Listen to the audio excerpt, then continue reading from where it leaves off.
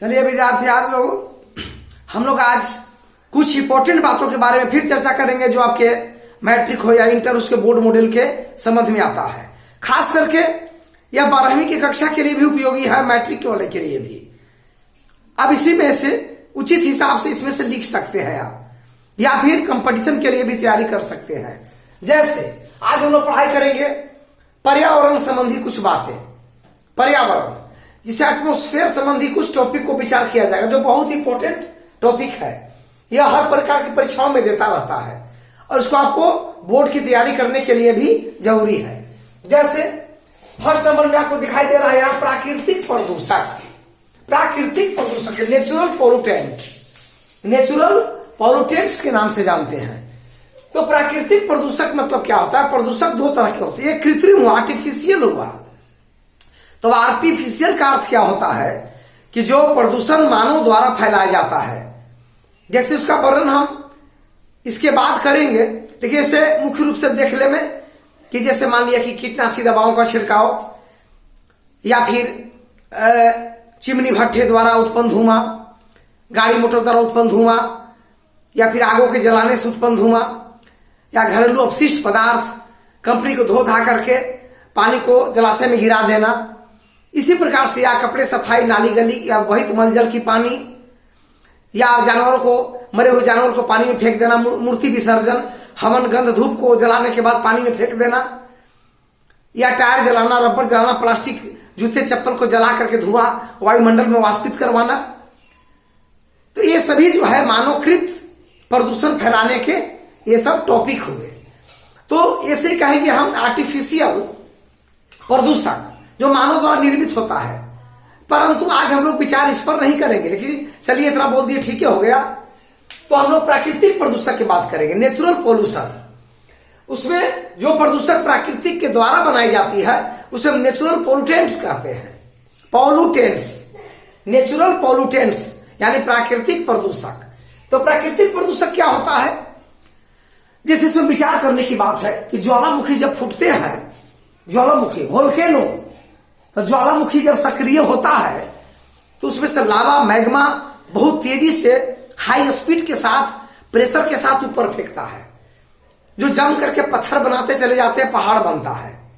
परंतु एक बात है कि उनसे निकलने वाली कुछ जहरीली गैसें भी होती है। वह जहरीली गैस आदमी को जान से भी मारने की क्षमता रखते हैं।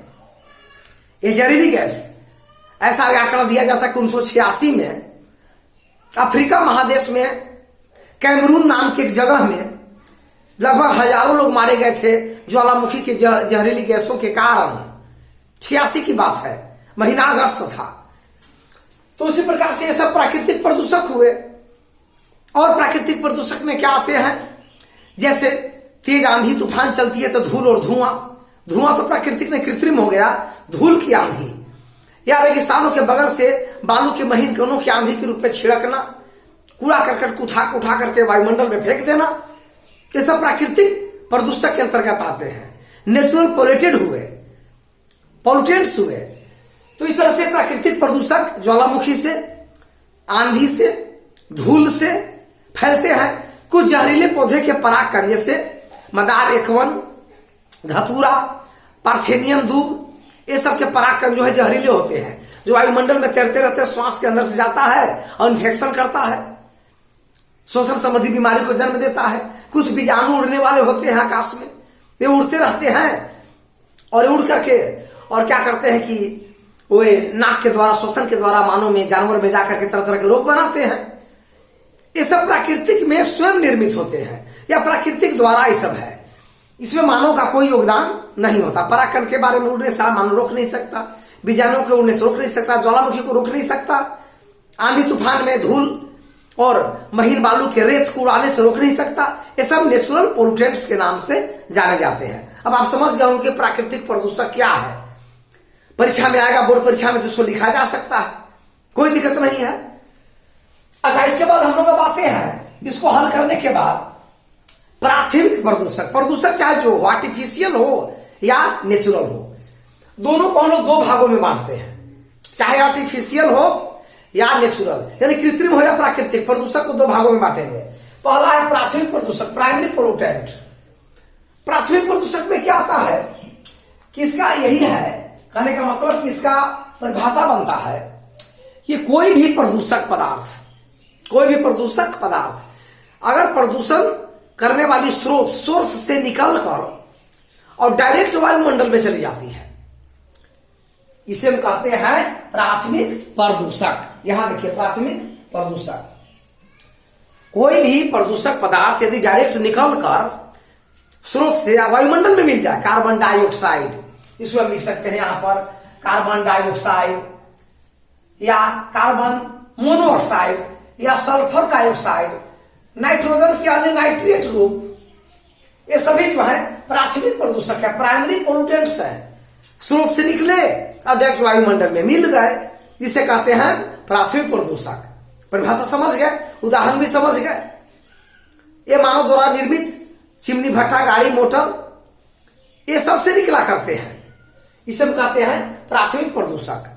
एनटीपीसी थर्मल पावर से भी निकलते हैं। एक आंकड़ा के अनुसार एक साल में एनटीपीसी से केवल हमारे इंडिया में प्रतिवर्ष 35 से 40 मिलियन टन धुआं और अपशिष्ट पदार्थ निकल जाते हैं। तो ये सब हुए आपको प्राथमिक प्रदूषक। चलिए आते हैं सेकेंडरी प्रदूषक, द्वितीय प्रदूषक में। सेकेंडरी पोल्यूटेंट्स में क्या होता है, द्वितीय प्रदूषक, कि प्राथमिक प्रदूषक वायुमंडल में जाकर वायुमंडलीय कुछ यौगिकों से अभिक्रिया करके एक नए प्रदूषक का निर्माण करता है। फिर से समझना है इसको कि अगर कोई प्रदूषक पदार्थ खास करके प्राथमिक वायुमंडल में गया, वायुमंडल में कुछ और यौगिक हैं, उनके साथ अभिक्रिया करके और एक नया प्रदूषक का रूप धारण करवाता है, उसे हम कहते हैं द्वितीय प्रदूषक। जैसे उसमें आता है पान, PAN, इसका नाम है P से पेरोक्सी एसिटिल और N से nitrate, peroxy acetyl nitrate, PAN, peroxy acetyl nitrate. यह जब प्रदूषक क्षेत्र से निकलता है तो वायुमंडल में जाकर नाइट्रोजन के नाइट्राइट से या अन्य नाइट्रेट से अभिक्रिया करके पैन में बदल जाता है। पान बोलते हैं, PAN, कुछ पैन भी लोग बोलते हैं। तो यह प्रदूषक है जो पृथ्वी पर आकर के श्वसन तंत्र की बीमारियों को जन्म देता है, त्वचा पर खुजली, दांत, दिनाक, जीमा या त्वचा रोग को जन्म देता है। इसके साथ एक स्मॉग भी होता है, SMOG, स्मॉग, कोहरा कुहासा जो बनता है जाड़े के दिनों में, तो carbon dioxide, sulphur dioxide, carbon monoxide वही कोहरा के साथ जो जाड़े के दिन में कुहासा बनता है उसी के साथ मैच कर जाती है। और CO2, SO2, ये सभी गैस कोहरे, कुहासा, जाड़े के कुहासे के साथ मिक्स होकर के स्मॉग बनाते हैं, जो सांस लेने के बाद दमा, एलर्जी, टीबी जैसे रोग, ब्रोंकाइटिस, गले की खसखसाहट या गले में दर्द होना, त्वचा रोग, आंख में जलन जैसे रोगों को जन्म देंगे, स्मॉग कहलाते हैं। तो स्रोत से निकली हुई प्राथमिक प्रदूषक carbon dioxide, carbon monoxide, sulphur dioxide जाड़े में कुहासे के साथ अभिक्रिया करके और स्मॉग, यहां देखिए स्मॉग बना देते हैं। इनसे क्या होता है कि आंख में जलन, श्वसन तंत्र की बीमारी, सांस लेने में तकलीफ, क्योंकि कार्बन मोनोऑक्साइड से अगर बनेगा तो कार्बन मोनोऑक्साइड हीमोग्लोबिन पर छा जाता है, जो ऑक्सीजन को कैच करने से रोकता है, श्वसन में दिक्कत होने लगती है।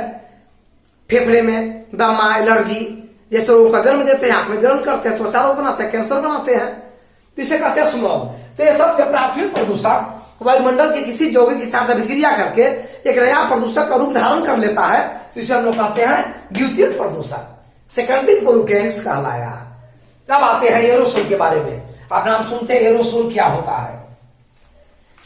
एरोसोल कई प्रकार के रासायनिक गैसों का समूह है। वे गैस जो रसायन से बने हुए हैं, तो रासायनिक गैसों का यह एक ग्रुप है, समूह है, झुंड है, या जत्था कह सकते हैं उसको है।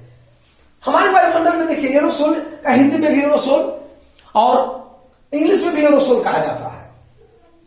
ये एरोसोल कई प्रकार के गैसीय माध्यम में जो रसायन आ गए हैं उन्हीं का एक ग्रुप है। जैसे हम उदाहरण दे सकते हैं CFC, क्लोरोफ्लोरोकार्बन, या FC, फ्लोरोकार्बन दे सकते हैं, या फिर क्लोरोफ्लोरो, M से methane, chlorofluorocarbon, CFC, FC, fluorocarbon, CFM, chlorofluoro methane, CFM, ये सब जो है क्या करते हैं सब कि ये सब शीतक गैस, रेफ्रिजरेटर, फ्रिज या ठंडक बनाने वाली मशीन से निकला करते हैं। और कार्बन, फ्लोरीन और मीथेन, ये सब गैस देख रहे हैं आप। F से फ्लोरीन हुआ, C से कार्बन हुआ, M से मीथेन हुआ। ये सभी रसायन वाष्पित होकर के आपस में मिल जाते हैं और मिल करके एक झुंड बना देते हैं जो वायुमंडल में जाते हैं। तो इस प्रकार से वे रसायन जो वाष्पित होकर के गैसीय रूप में आकर एक झुंड बना लेते हैं, इसे हम लोग कहते हैं एरोसोल, जो ये भी श्वसन के तंत्र में आकर और फेफड़े जैसी श्वसन की बीमारियां, दमा, एलर्जी, त्वचा पर कैंसर जैसे विकार बनाते हैं। अमेरिका में ऐसे ऐसे मशीन के ज्यादा यूज होने से अमेरिकी लोग ज्यादा मर रहे हैं। प्रतिवर्ष 6000 का आंकड़ा है मरने वाले अमेरिका में, कि बाकी देशों में कुछ टेक्नोलॉजी कम है इसलिए कुछ कम लोग मरते हैं। चलिए सब आप समझ लिए, प्राकृतिक प्रदूषक, प्राथमिक प्रदूषक, द्वितीय प्रदूषक और एरोसोल। अब अगली वीडियो में मिलेंगे। धन्यवाद। लाइक सब्सक्राइब करते रहिए। ये बोर्ड मॉडल सब क्वेश्चन है और उत्तर है।